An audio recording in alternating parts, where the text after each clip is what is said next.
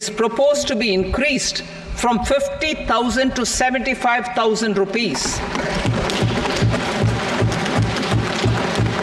नमस्कार दोस्तों, आपका स्वागत है द नॉलेज टीवी पर। आज हम बात करेंगे जुलाई 2024 के बजट के बारे में। इस बजट में कौन कौन से नए अनाउंसमेंट हुए हैं और किस किस सेक्टर को क्या क्या मिला है, सब कुछ हम आसान भाषा में समझेंगे। तो चलिए शुरू करते हैं। सबसे पहले बात करते हैं कि बजट की ओवरऑल एलोकेशन के बारे में। इस साल का बजट पूरे 45 लाख करोड़ का है, जिसमें गवर्नमेंट ने इंफ्रास्ट्रक्चर, हेल्थ, एजुकेशन और टेक्नोलॉजी जैसे की सेक्टर पर फोकस किया है। फाइनेंस मिनिस्टर का कहना है कि यह बजट देश की इकोनॉमी को बूस्ट करने और जॉब क्रिएशन पर ज्यादा ध्यान देने के लिए तैयार किया गया है। To make for those opting for the new tax regime.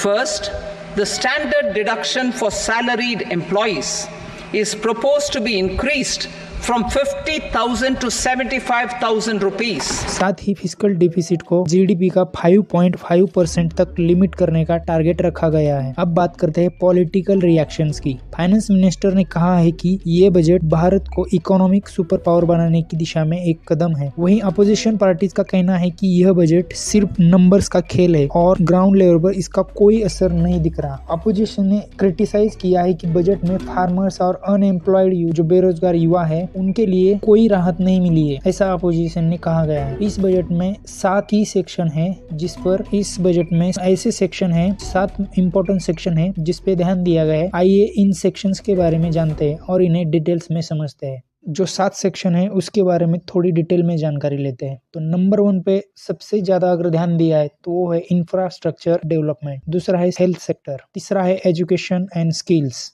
चौथा है technology and innovation.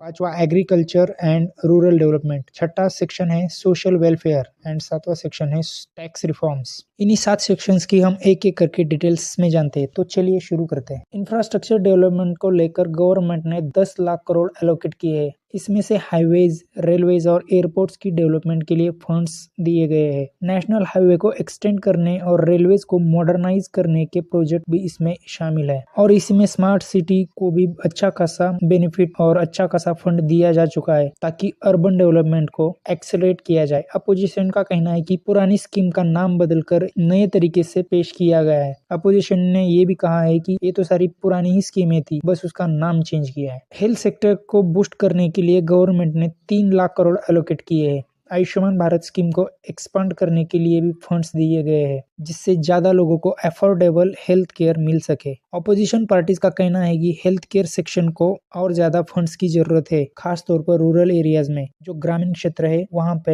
Health care sector बहुत खराब क्वालिटी का है, तो अपोजिशन का एक तरीके से सही भी है। एजुकेशन सेक्टर के लिए 2.5 लाख करोड़ का बजट रखा गया है। न्यू एजुकेशन पॉलिसी को इम्प्लीमेंट करने के लिए और डिजिटल एजुकेशन को प्रमोट करने के लिए ये फंड्स यूज किया जाएगा। स्किल डेवलपमेंट प्रोग्राम्स के लिए भी खास अनाउंसमेंट हुई है। यूथ को स्किल्ड बनाने के लिए गवर्नमेंट नए ट्रेनिंग सेंटर्स इस्टेब्लिश करेगी। अपोजिशन का कहना है कि स्किल डेवलपमेंट में इम्प्लीमेंटेशन बहुत स्लो हो रहा है। आगे बात करते हैं टेक्नोलॉजी एंड इनोवेशन की। तो टेक्नोलॉजी और इनोवेशन के लिए गवर्नमेंट ने 1 लाख करोड़ एलोकेट किए हैं। इसमें स्टार्टअप्स, आईटी सेक्टर को सपोर्ट करने के लिए फंड्स दिए जाएंगे। आर्टिफिशियल इंटेलिजेंस, मशीन लर्निंग और रोबोटिक्स जैसे सेक्टर्स को भी प्रमोट करने के लिए सोशल प्रोग्राम्स अनाउंस किए गए हैं। अब बात करते हैं टेक्नोलॉजी एंड इनोवेशन के लिए गवर्नमेंट ने 1 लाख करोड़ एलोकेट किए हैं। इसमें स्टार्टअप्स और आईटी सेक्टर्स को सपोर्ट करने के लिए फंड्स दिए जाएंगे। आर्टिफिशियल इंटेलिजेंस, मशीन लर्निंग और रोबोटिक्स जैसे सेक्टर्स को प्रमोट करने के लिए स्पेशल प्रोग्राम्स अनाउंस किए जाएंगे। डिजिटल इंडिया इनिशिएटिव को आगे बढ़ाने के लिए गवर्नमेंट ने फंड्स एलोकेट किए हैं, जिससे डिजिटल इंफ्रास्ट्रक्चर और इंटरनेट कनेक्टिविटी इंप्रूव हो सके। इसके बाद छठा सेक्शन की बात की जाए तो ये बहुत ही इंपॉर्टेंट सेक्शन है, agriculture and rural development. Agriculture sector को 1.5 लाख करोड़ दिए गए हैं ताकि फार्मर्स की इनकम को डबल करने के लिए गवर्नमेंट ने नए पॉलिसी को बेहतर बनाने की कोशिश की है। ग्रामीण विकास के लिए सरकार ने इरिगेशन प्रोजेक्ट्स और रूरल रोड नेटवर्क्स पर फोकस किया है। ग्राम पंचायत लेवल पर स्कीम इम्प्लीमेंट की जाएगी, जिससे रूरल एरिया को होलिस्टिक डेवलपमेंट हो सके। आखिरी पॉइंट है social welfare and tax reform. Social welfare schemes जैसे कि पीडीएस और मनरेगा को स्ट्रेंथ करने के लिए एडिशनल फंड्स एलोकेट किए गए हैं। टैक्स रिफॉर्म्स मामले में मिडिल क्लास टैक्स पेयर्स को रिलीफ देने के लिए इनकम टैक्स स्लैब में कुछ चेंजेस किए गए हैं। कॉर्पोरेट टैक्स रेट को भी रैशनलाइज करने की बात की गई है। तो दोस्तों ये था जुलाई 2024 के बजट का एक कॉम्प्रिहेंसिव ओवरव्यू। इस बजट में गवर्नमेंट ने डेवलपमेंट और ग्रोथ पर फोकस किया है। आपको ये वीडियो कैसा लगा कमेंट्स में जरूर बताइए, और अगर आपका कोई क्वेश्चन है तो उन्हें भी पहुंचाए। हमारे चैनल को लाइक और सब्सक्राइब करना ना भूले और बेल आइकन को प्रेस करें ताकि आपको ऐसे ही इंफॉर्मेटिव वीडियोस मिलते रहेंगे। धन्यवाद।